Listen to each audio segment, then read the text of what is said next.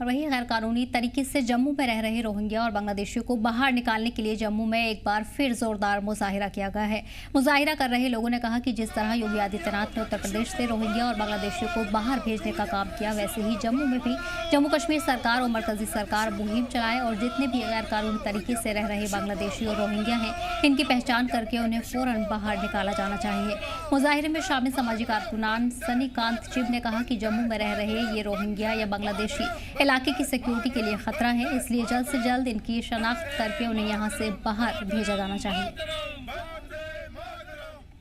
देखिए, आज जो हमारा प्रदर्शन, जहाँ हमारी जो मांग है वो इस विषय पे है कि जिस तरीके के अंदर जम्मू कश्मीर के अंदर बाहर से घुसपैठी है, यानी रोहिंग्या और बांग्लादेशी हैं, हम चाहते हैं कि जम्मू कश्मीर से उनको बाहर निकाला जाए। जैसे यूपी, बिहार, महाराष्ट्र के अंदर मुहिम शुरू की है, वैसे जम्मू कश्मीर के अंदर मुहिम शुरू हो, वैसे डिटेंशन सेंटर यहाँ पे बनाए जाए और इनको यहाँ से बाहर निकाला जाए, क्योंकि हमारे जम्मू कश्मीर का भाईचारा जो है कहीं ना कहीं यहाँ पे खराब होता दिख रहा है और हमारे लोगों की नौकरियाँ, रोजगार, जमीनें वो यहाँ पे इतनी है नहीं कि जो हम इनको दे दें। ये मेहमान बन के यहाँ पे बैठे हैं, वो हम नहीं करना चाहते। हम जम्मू कश्मीर के अंदर अपने लोगों के लिए, जम्मू कश्मीर की बेहतरी के लिए और जम्मू कश्मीर की आवाज़ के लिए इन रोहिंग्या और बांग्लादेशियों को यहाँ से बाहर निकालने की जो है मांग रखते हैं। यहाँ के एलजी प्रशासन और सेंटर की सरकार के आगे बोलना चाहते हैं कि जल्द से जल्द जो है इनको बाहर निकालने की मुहिम जम्मू कश्मीर के अंदर शुरू की जाए, नहीं तो 1 महीने तक का जो अल्टीमेटम है, वरना हम तवी पुल पे बैठेंगे तमाम संगठन, तमाम लोगों के साथ।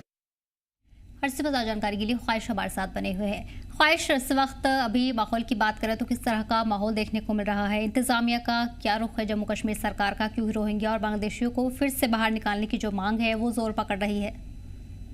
बिल्कुल सदफ, मैं आपको बता दूं कि जम्मू में रह रहे बड़े सारे ऐसे रोहिंग्या हैं जो यूएन की जो ह्यूमन आप कह सकते हैं कि वहाँ पर ह्यूमैनिटेरियन के उसके बेसिस के ऊपर उनके यहाँ रखा गया है। लेकिन यहाँ पर अगर हम बात करें तो बड़े सारे ऐसे भी इलीगल रोहिंग्याज और बांग्लादेशीज हैं जो यहाँ पर रह रहे हैं, जो कि जम्मू म्युनिसिपल कॉर्पोरेशन के अंतर्गत भी काम कर रहे हैं, यानी कि यहाँ पर उनको ग्राउंड पर रखा गया है, यहाँ पर सफाई कर्मचारी के तौर पर या फिर गार्बेज कलेक्शन के तौर पर। वहीं रेलवेज में भी अगर हम बात करें सफाई के जो वॉशिंग के लिए जो है वो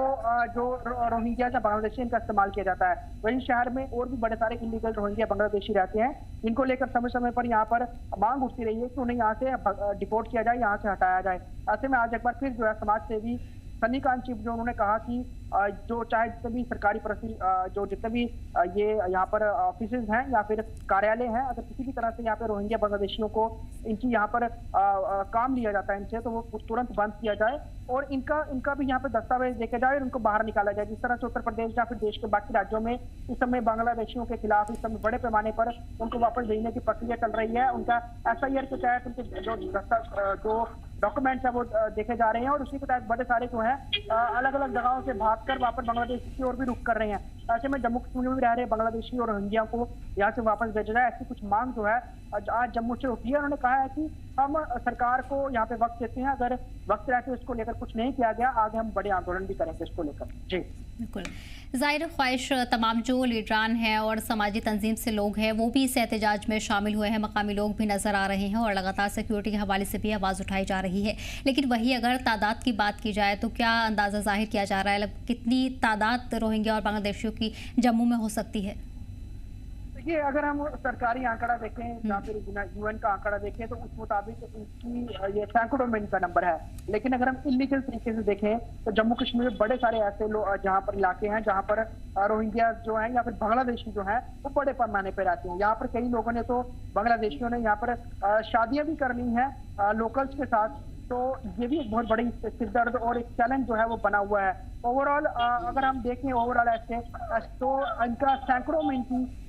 जो सैकड़ों या हजारों में इनका नंबर है, लेकिन अगर हम ऑफिशियल आंकड़ा देखें वो कम है। लेकिन साफ तौर पे यही चीज देखने की जरूरत है और इस चीज को देखने की मांग की जा रही है कि जो इलीगल तरीके से आ रहे हैं कितने लोग हैं, क्योंकि आप अगर ऑफिशियल आंकड़ा देखें तो उसमें गिने चुने हैं और कुछ सरकार की नजर में है, उसमें उनको रहने के लिए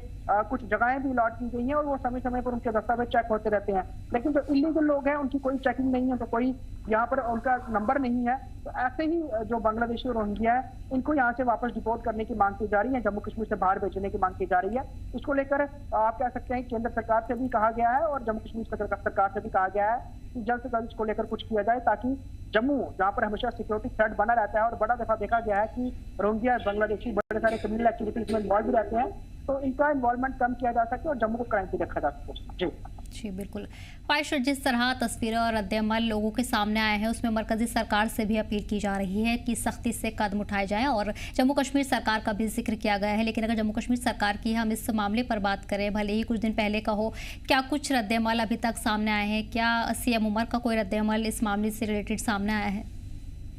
देखिए, इस तरह के पहले उन्होंने स्टेटमेंट जरूर दी है कि हमने इनको नहीं बचाया है, जिन्होंने बचाया है वो इनको यहाँ से वापस लेके जाए। उनको कहना यही है कि जम्मू कश्मीर का लॉ एंड ऑर्डर जो है वो केंद्र के पास है, सीधा डायरेक्ट इसमें केंद्र जो है वो इन्वॉल्व है। और पिछले 2014 के बाद से ही दिल्ली में भाजपा की सरकार है, तो अगर बांग्लादेशी और रोहिंग्या जम्मू कश्मीर में बसाए गए हैं तो इतना लंबा टाइम इतना लंबा वक्त बीत गया तो अभी तक इनको वापस क्यों नहीं भेजा गया, जबकि सारी अथॉरिटी और इनको वापस भेजने की प्रक्रिया जो केंद्र के पास ही है। तो अगर केंद्र इनको लेकर कुछ नहीं कर रही है तो हम लोग क्या कर सकते हैं? ऐसे में जो जब इनको यहाँ से वापस भेजने की मांग हुई है तो सीधी अपील जो है केंद्र सरकार से की गई है, क्योंकि जम्मू कश्मीर सरकार इसको लेकर ज्यादा कुछ ऑलरेडी पहले भी नहीं करती रही और इससे पहले देखा गया 2019 के बाद से जम्मू कश्मीर यूनियन टेरिटरी रहा है, उपराज्यपालों के अधीन रहा है और अब यहाँ पर पिछले 1 साल से